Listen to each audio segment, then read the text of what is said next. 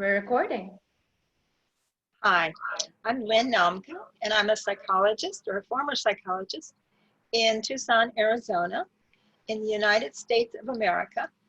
And I'm interviewing world leaders, those who are encouraging and influencing others of all ages, young people to people of my age, across the world that are making a positive difference in the world. And today I'm interviewing Raheen Fatima, who is a youth who empowers other youth. Youth, that's hard to say. So, Raheen, welcome. Thank you so Glad much. to be talking with you. Can you tell us a little bit about yourself? Okay, so my name is Raheen Fatima. I am 13 years old and I am a stand-up comedian, writer, entrepreneur, international speaker, a teacher, and a theater actress. I also am part of International Children's.World and I advocate for the love, care, and respect of children. I do a lot of things. So getting all that in one is kind of hard. But I've been doing all that I do since a year and a half, and I'm so proud that I do so many things. Well, I'm very interested in how young people decide to make a difference in the world. So what were you like as a little girl?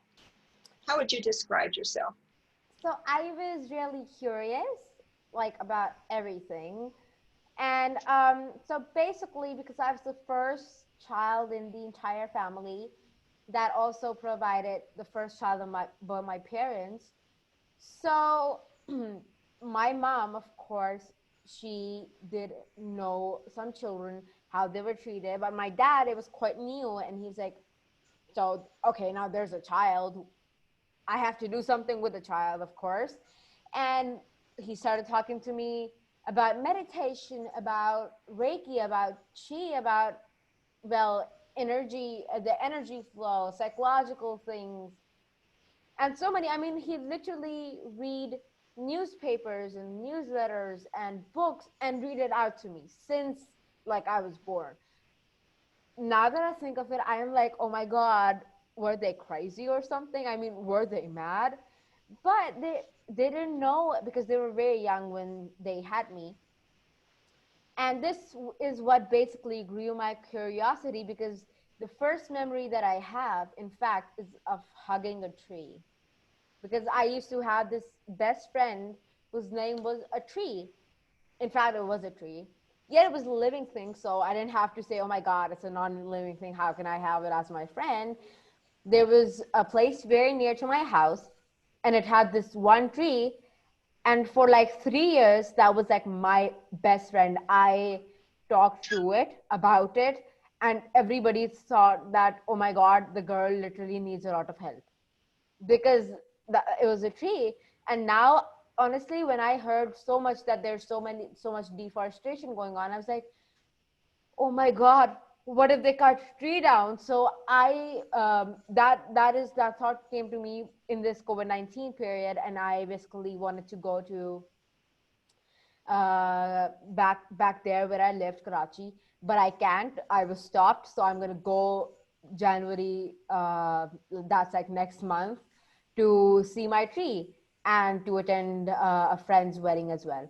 Now, in curiosity, I watched documentaries, I watched cooking shows, I baked with my dad, I learned new things with my mom, and my mom used to take me out for a walk into nature. And I used to meditate. I started meditating. That's so funny, but at the age when I was 2.5 years old, that's when I remember meditating, and I have pictures of myself and videos of myself of doing that.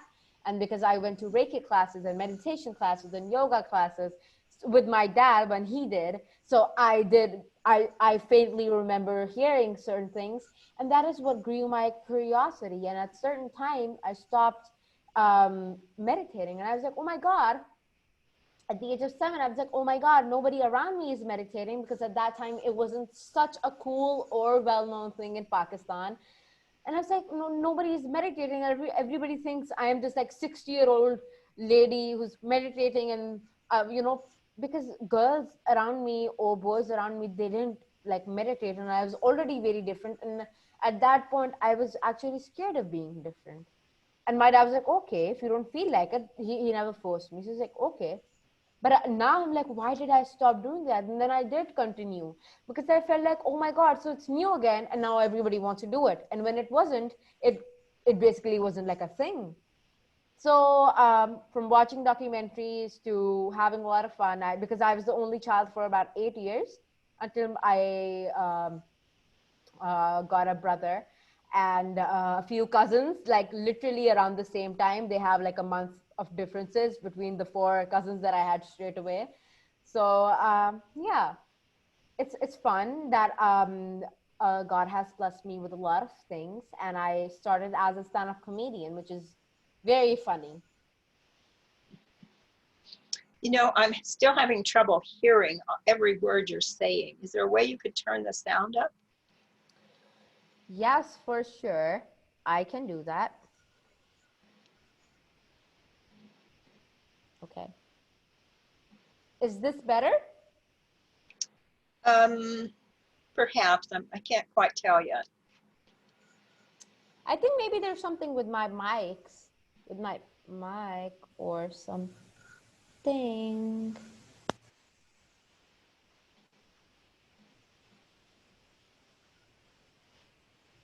Okay.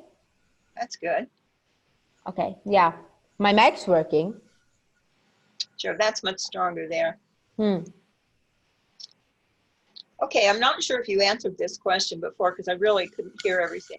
But how did you evolve into internet, social media, getting your own platform? How did all that come about? It was about this time last year. It was like literally this time last year, about the end of November, that all of this happened. I met Rihanna Lovala, and that's where it began. Because before that, I was doing a lot of things, in fact. Yet I was like, okay, I'm good without Facebook. I'm good without any social media presence. Um, and when I met this guy, I was like, I'm not gonna lie, it was basically for a laptop that he was bribing me a laptop to make 500 of his friends, his mutual friends. And I was like, you know what? If I don't do anything, I'm at least gonna get a laptop of my own. So I was like, let's do it. And for fun, I started doing it. In about 3 to 4 months, I made all his 500 mutual friends. I am the youngest one to complete this challenge up till now. And in all that part, I made so many friends around the world, started doing interviews last year, January.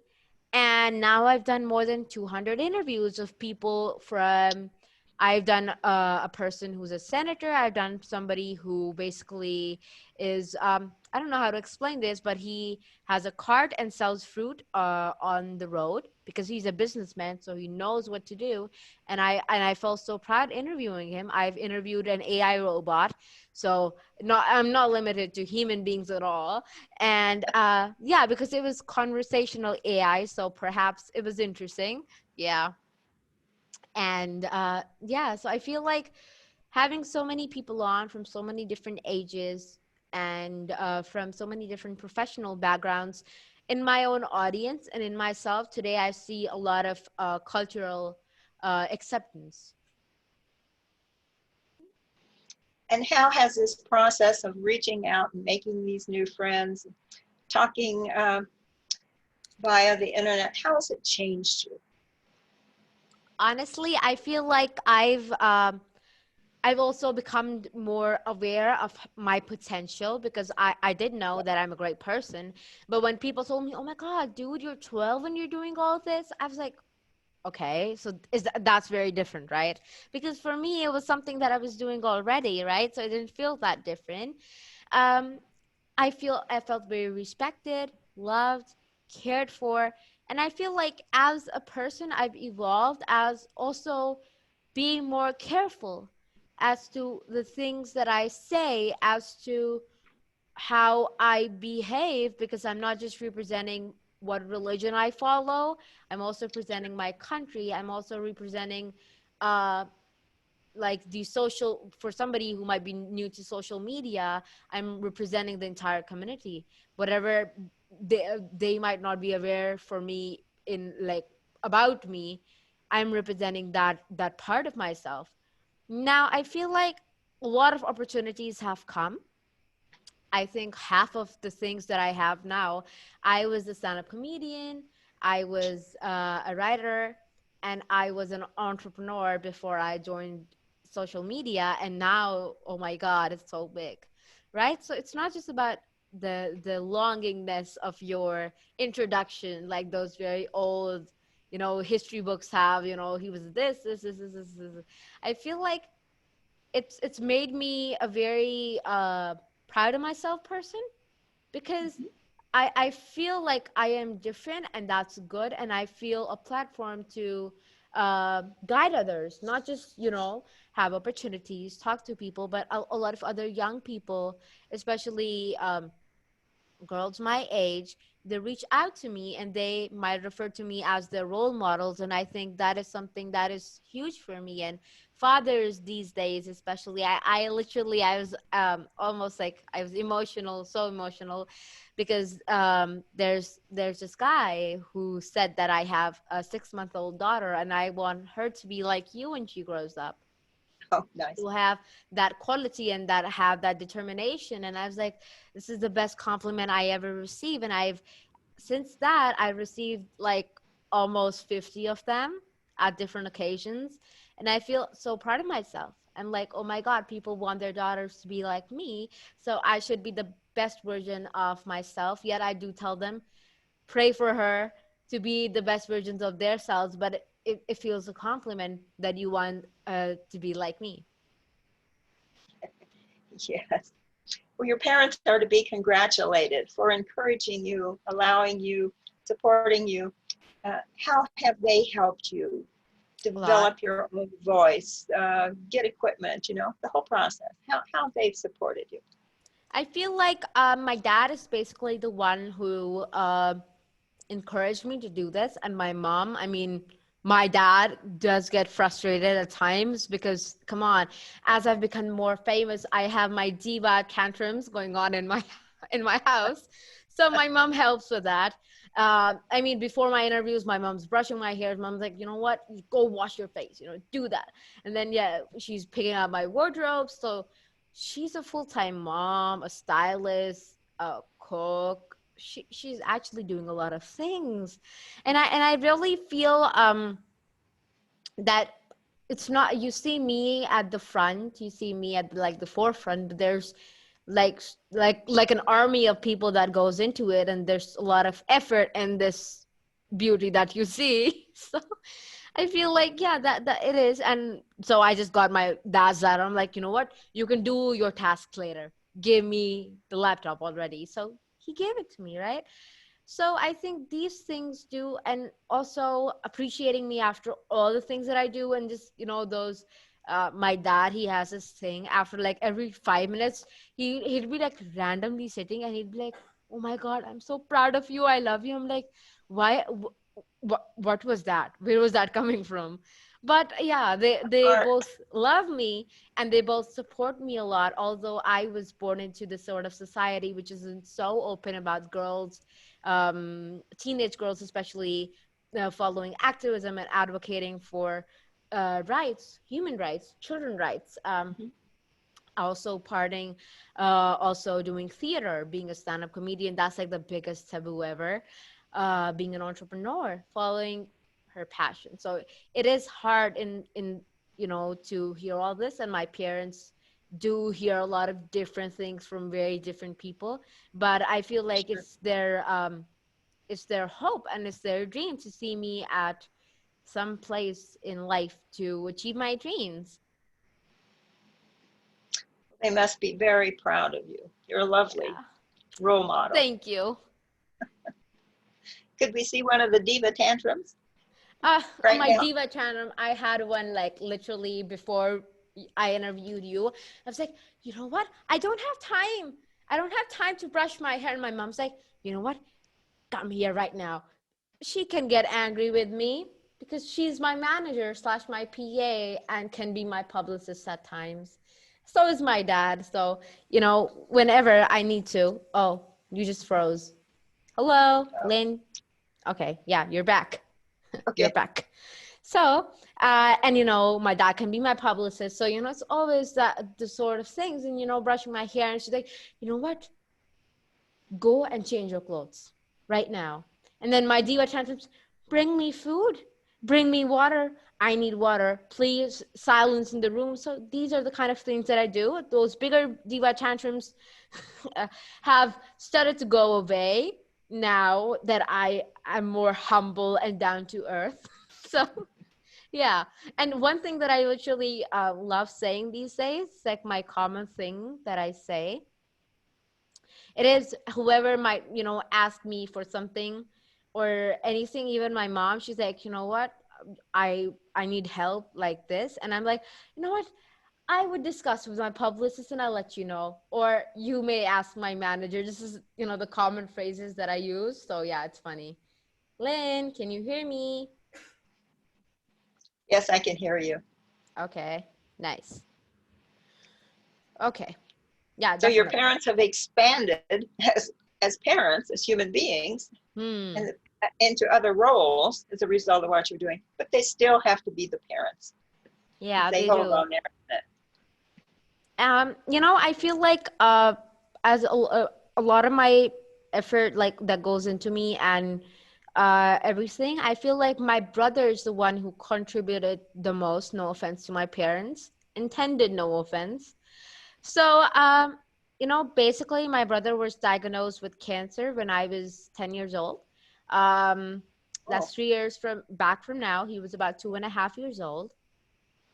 It was really hard for the family. It was the first one who had cancer in the first place in the family. So yes. it was a lot that we went through. And then I feel like all that was going on, I was stressed. And that is when I felt like, and when I saw my brother in the ICU, the intensive care unit, I was like, I could be laying on that bed. An infant could be laying on that bed.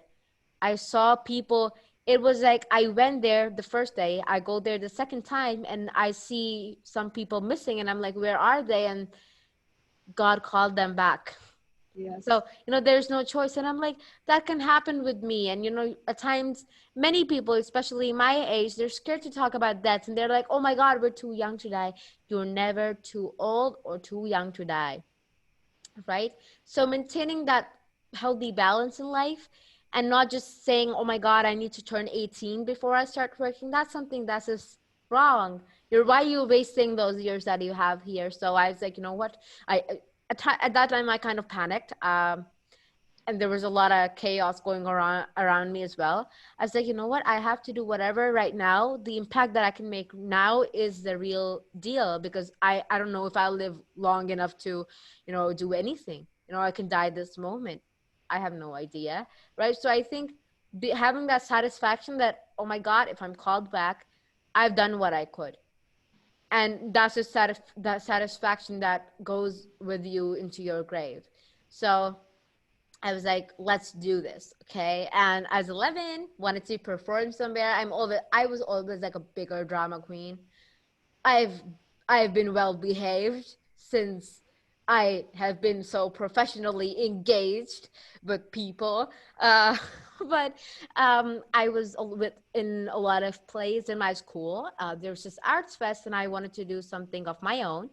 Stand-up comedy was a thing, although my school didn't let me perform stand-up comedy. Maybe it wasn't meant for the school, but I performed it at an open mic, went on to perform at more open mics at the Pakistan National Council of Arts. I performed at the National Incubation Center. There I joined Comedy Square Pakistan, and now I do my own shows, and people pay to come and see me. That's like the thing that I'm happiest about more. I'm like, they pay and come to see me. And interestingly, the more you pay, the more attention you actually pay as well to the person, because when you've given the money, you really want to laugh anyway, even if I'm not joking. So yeah, it's interesting to watch people's reaction on certain stuff. And I actually did motivational comedy for a while. It's because if I go on, say something as a speech, people would literally not pay attention, or I would receive horrible backlash. So when I was doing this through comedy, I did that a lot. Now that I've in this COVID-19, I haven't gotten the chance. But when I do motivational comedy, make jokes on how women especially might carry a lot of weight around with themselves, and what they might refer to as friends may think of them as just a person to gossip with, and they might be having a lot of, you know, baggage with them, carrying around with them, grudges, a lot of things, you know, you name it, they have it. But, and if you just kind of let go of it, isn't it easy to just climb up that peak?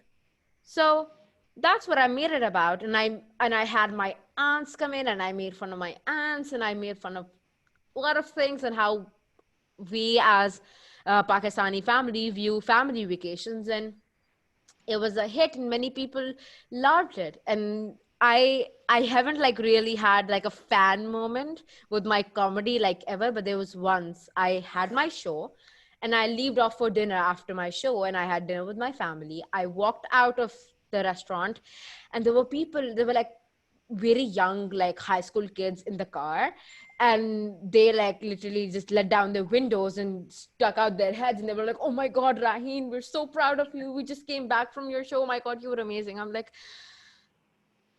people just recognized me walking down the street, so I couldn't sleep the entire night. But yeah, I have interesting moments. Wow. You really started small. You started in the now moment because you realized you didn't know how much longer you would be here on earth. One thing led you to another, to another. You broadened your interest, you studied.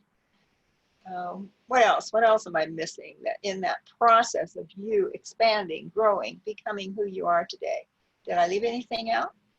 I feel like um one thing that I've really accomplished, I think, that is my entrepreneurship. That too was through comedy. That I was performing at the National Incubation Center, and the limit that they have of people accepting in the incubation center is 18 and over. Okay, now I was 11 at that time, Wow. way under the acceptance age.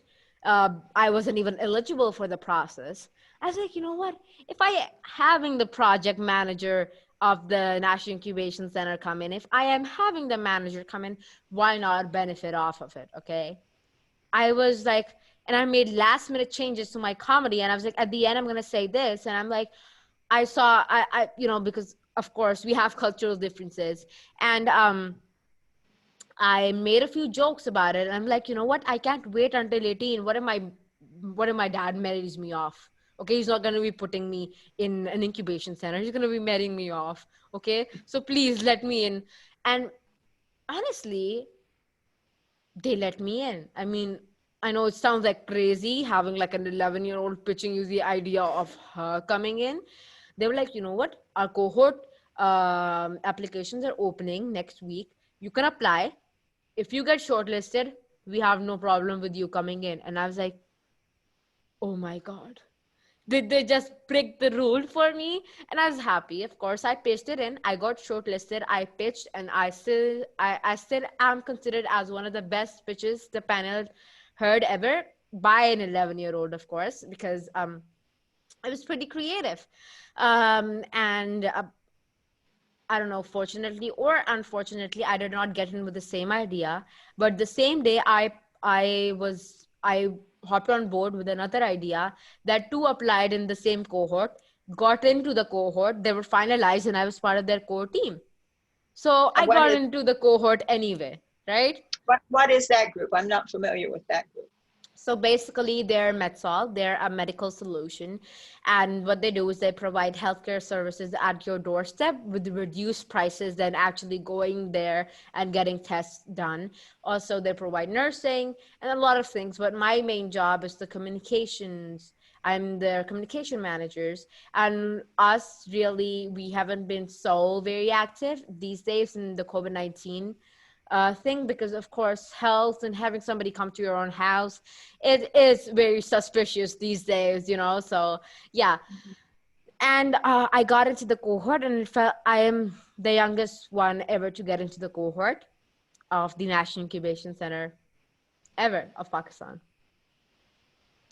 Where do you see this all going? Is there any plan that you have for the future, or does it just fall into your lap?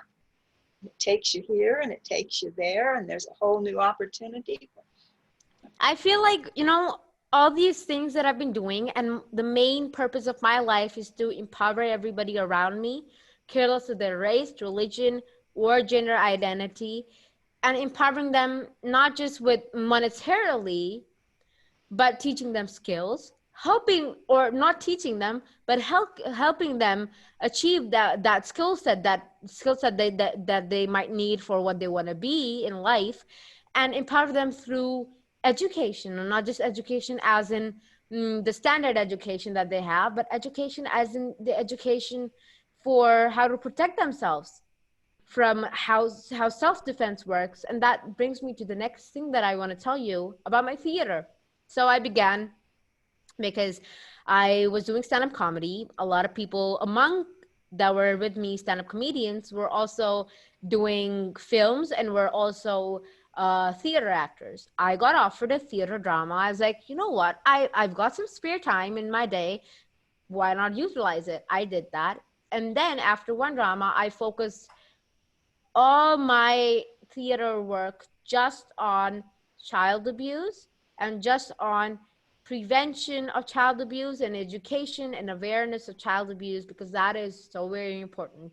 Now, talking about child abuse is not the thing in Pakistan. You talk about it. The other day, the parents, they will not leave you, honestly, because if you try talking to their child, or even for their own betterment, the parents might not understand, because using certain language or certain words might trigger certain thoughts or curiosities that are not needed at all at a certain age in a certain person's mind, right?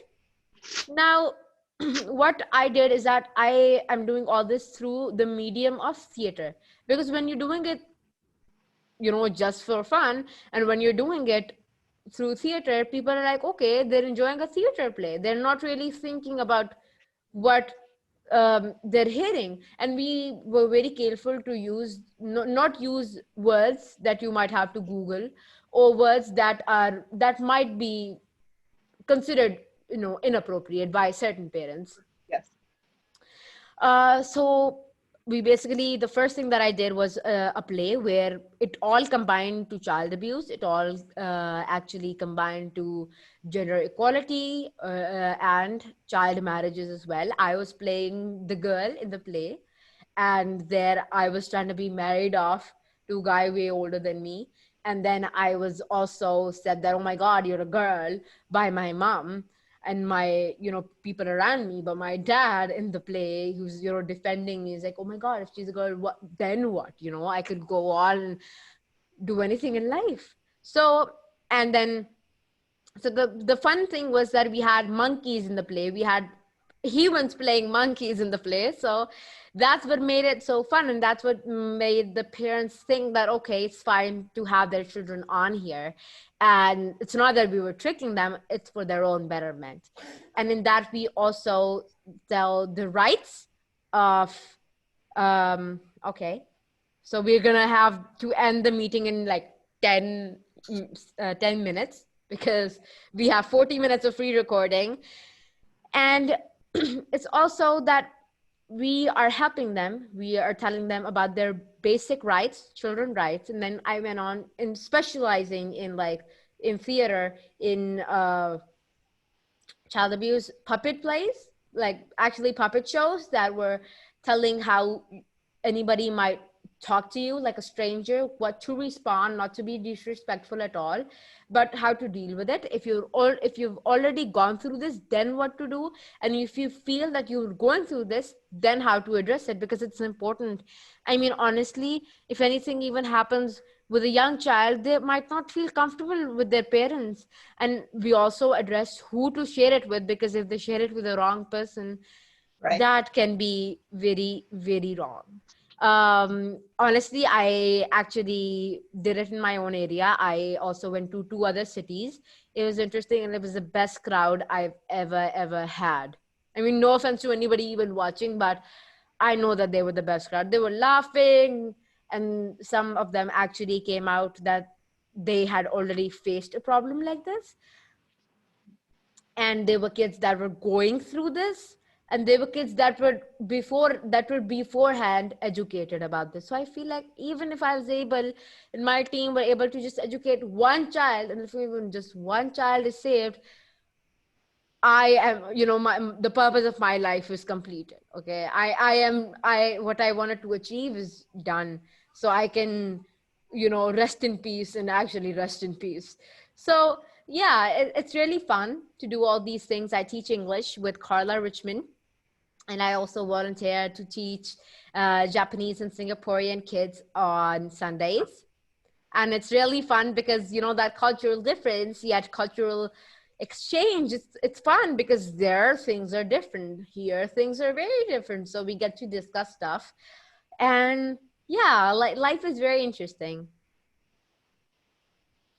Yes, we do have different values, different cultures, but as a human species, as a human race, we have what's called universals. There are commonalities between us. We want respect. We all need love. We need to express ourselves, Yeah. to learn to talk our feelings. Yeah. And when you said about respect, that brings me to the most important thing that I feel like I've been doing these days. And that is that I advocate for the love, care, and respect for children all over the world, with International Children.world. And Heidi Little is the one that brought me to it in the first place. So thank you, Heidi. And I texted her that I wanted to be part of this. She was like, okay. We called. It was like a 2 minutes call. It was literally 2 minutes. And in 2 minutes, we literally just calculated the time, the days, and the people I was going to contact. I had my team, I had my panel ready, and we were going off for the love, care, and respect of children. Now, I feel like this is what's going to lead us to world peace that we want to achieve so badly, and also to a unity, because if we are caring, loving, and respecting a child, there's a lot of chances that they might not lead into the criminal path and would stay on a very positive path in Yes. their lives. And when they're loved, cared, and respected for, they'd also pay that back to the world. Be loving and caring citizens of the world, respected yet very respectful as well. And when there's this harmony going on, whether this be intergenerational harmony that is between you and me as well, and anybody around us. So I feel like this is what's going to make the world a better place. And it's not just I'm sitting here, I'm telling, oh my God, this is what we should do. I feel proud that I'm also working towards it. Just a minute. I need to check with my husband. He's turned on the TV. Gordon, Okay. is it muted? Yeah. Okay. Yeah. So you certainly had your fingers in a lot of very important and very sweetening the world kind of pies. Mm-hmm. That's true. Is there an area that you've not touched on that you will be learning about and reaching out to different groups in the future? I feel like I've got a lot of pies to handle for now. I've got a lot of things. Juggling hot pies. Yes, that too, a lot of them.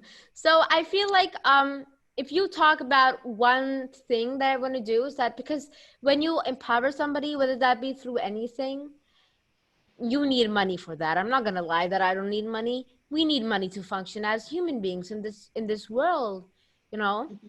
And I feel like through business, I can earn money and also make an impact at the same time. Use that money for impacting and paying my bills. So interesting, right? So you're becoming a social entrepreneur, Yes. a socially conscious entrepreneur. Are Yeah, you very familiar with that socially. concept? Yeah, I am a social entrepreneur. I work on businesses basically that make an impact. Metzal is basically focusing very much on SDG 3. That is one of the Sustainable Development Goals given by the UN. And I feel very proud to be part of it. Now, my own business that is yet to be launched, it's not launched yet. It is basically focusing on SDG 13, that is climate change, also focusing on SDG 8, I believe, decent work and innovativity. And yeah, that's the two main SDGs that it's working on, and it's making an impact. But we still have to launch it, so I cannot quite reveal it as of yet. And we have 3 minutes left, so I think we better like end up with the interview, right? What advice do you have for other young people who are flirting with the idea of doing something more than just the ordinary life? I feel like um, guys realize their true potential. If a person like me can do so many things and be respected by so many different people, so can you. And you know what? There's no such thing as an ordinary life. So don't lead one. Be exciting. You realize your true potential, experiment with what you might want to do, try painting, sketching, try robotics, try coding, try a lot of things that are around you, try going to work with your parents, maybe you like their professions and what you feel like, shortlist it, then try doing all of this. If you think that you might need my help, or you can always contact me on my Facebook, you can inbox me. Do not go with a hi, hello, or a good morning, because honestly, I do not reply to those. You send me a very professional message as to who you are and what do you want from me, because there's always a higher purpose of meeting somebody, right? And if you do not think the purpose there yet, then better not contact me, right? So do that. And when you think that you're ready to go out in the world, go and explore, because the world's full of possibilities. And if I can be a 13-year-old and be respected by so many people around the world and have broken many rules, and I'm pretty sure that Yes, you have. it was a legal rule to not let me into the National Incubation Center, but rules can bend. And when you're told no, and when you have what's considered a not success, a failure, how do you bounce back? I feel like I've told by many people, oh my God, you're so young to do business. You're gonna fail anyway. Don't try doing it. You know what? Do it. It doesn't mean age is literally just a number. That also applies to us young people. Now, Lynn is, no offense, way older than me. Okay, I'm way younger. But this is the intergenerational harmony. We respect her, she respects me. That is how the world's going on. And never limit yourself as to your age, your gender, your national background, or your professional background. And just stand back up. You know those sticky balls that are very viral these days? Be like those. Hit one on the ceiling and catch it back. So yeah. I realized that our ages are opposite each other. You're 18, I'm 81. Both of us are going outside the norm to continue to bring love, peace, harmony, ideas, creativity